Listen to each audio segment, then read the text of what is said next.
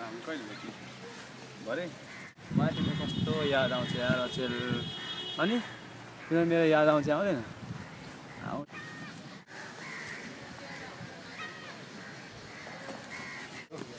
ओए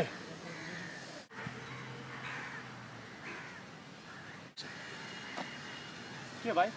जहाँ आइ क्या देखेन नयाँ लुगा लगाएर हिँडेको अनि तिमीहरू ढकाल दिने हो नि अनि के नयाँ लुगा ला भन्दैन के उडेर हिँड्यो भए तिमीले यसो हेर्नु पर्दैन बिरुवा सिरुवा हेर्नु पर्दैन बिरुवा किन्दै हिँड्ने हो के बिरुवा सुनको बिरुवा खै सुन त फलेको देख्छु नि त मैले अरे शिवा तिमी कतिमा पढ्ने रे कतिमा पढ्ने तिमी म जतिमा पढेँ मसँग त डिग्री धेरै छ अनि यस्तो पढे लेखा मान्छे भएर बिरुवाको महत्त्व थाहा छैन तिमीलाई अलिकति पनि जे मन परि गर्दै हिँड्ने बिरुवा हामीले आफ्नो बिरुवाको जतनहरू कसले गर्छ चारैतिर बिरुवा छन् तिम्रो चारैतिर बिरुवा लुगा छ लुगा पाउँछ नाङ्गे हिँड्न नि त ल पाउँछ अरे शिवा के भन्नु ए भाइ किन हाइपर भएर हेर भाइ म हाइपर ड्राइभर साइबर के भएन हेर अलिकति दिमाग लगाऊ क्या यस्तो बिरुवालाई यसरी किल्चिने हो तिमीलाई हट हावा कुरा गर्दै बस्छ जहाँ खान्छ बिहान नै हल्ला गर्दै बस्छ केही भलाको जमानै छैन क्या जति सम्झाउने यस्ता मूर्खहरूलाई बरु नभनेको राम्रो कस्तो गर्मी यार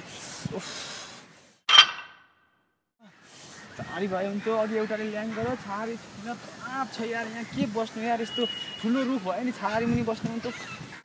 ए भाइ के चाहियो अहिले के चाहियो तिमीलाई गरिङ भयो अरे छारी चाहियो अरे अनि यता खुब बिरुवा किल्चिँदैन थिएँ छारीकै एकैचोटि बिरुवा नभए कि सिधै छारी बन्छ क्या हो भाइ के हो मैले त बिरुवा त खिच्यो भने मलाई रुख चाहिएको छ घाम भयो बढी अनि तिमीलाई सिधै रुख कसरी आउँछ भने तिमी के जन्मिँदाखेरि यत्रो भएर जन्मेको थियौ पहिला सानो बिरुवा हुनु पऱ्यो जतन गर्नु पऱ्यो ठुलो पार्नु पऱ्यो अनि पो रुख बन्छ त तिमी यसरी किल्चिँदैन भने कहिले रुख बन्छ भन त सोच न यहाँ अलिकति दिमाग लगाउ न अलिकति पढे लेखा मान्छेले गर्ने हो क्या चेन्ज भनेको आफूबाट सुरु गर्ने बुझ्यौ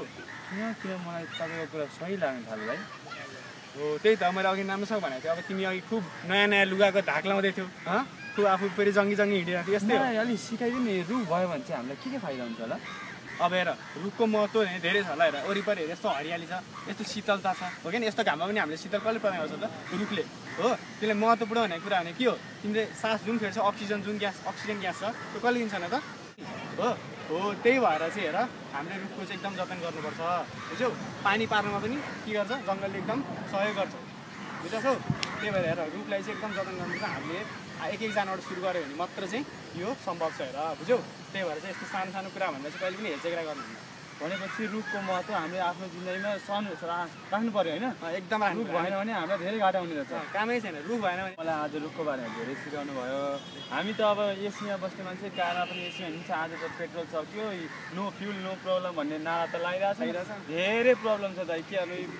म यसरी हिँड्नु पऱ्यो तर मैले धेरै ज्ञान सिकेँ तपाईँले गर्दाखेरि मैले आज रुखको महत्त्वको बारेमा सिकेँ दाइ यहाँ त धेरै घाम भयो अब छैन यहाँ गर्मी है अब रुखको छारीमा गएर बस्नु है लजम उतातिर उता छारी छ नि त रुखहरू छ होइन त्यति गरेर बस्नु त है लजम हुन्छ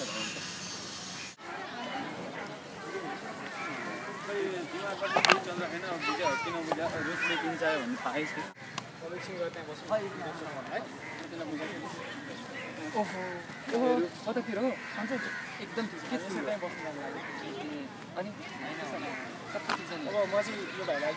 बोर्डिङ गाडी बुझाउनु थालेको होइन तपाईँको इन्भाइरोमेन्टल लिस्ट होइन अलिकति बुझाइदिनु यसलाई अलिकति महत्त्व बुझाइदिनु पऱ्यो रुख बिरुवा बन्द अहिले रुख बिरुवाको बारेमा अलिक बुझ्नु रुख बिरुवाको बारेमा हेर पहिला त सानोमा त रुख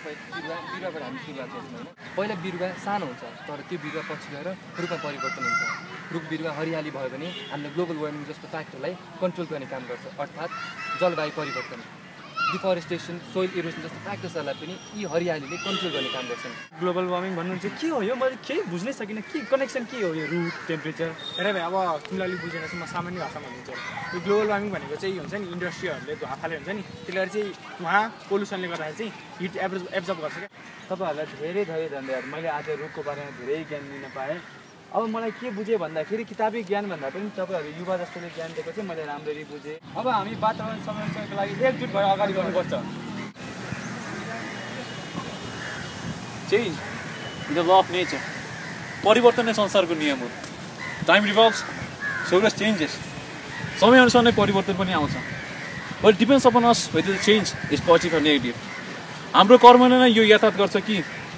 परिवर्तन सकारात्मक छ या नकारात्मक Our action is the way by which people look at us and follow us. So let's stand up as an icon. Let's forget the past, perfect the present, in order to have a fantastic future. हामीले नगरे कसले गर्ने अहिले नगरे कहिले गर्ने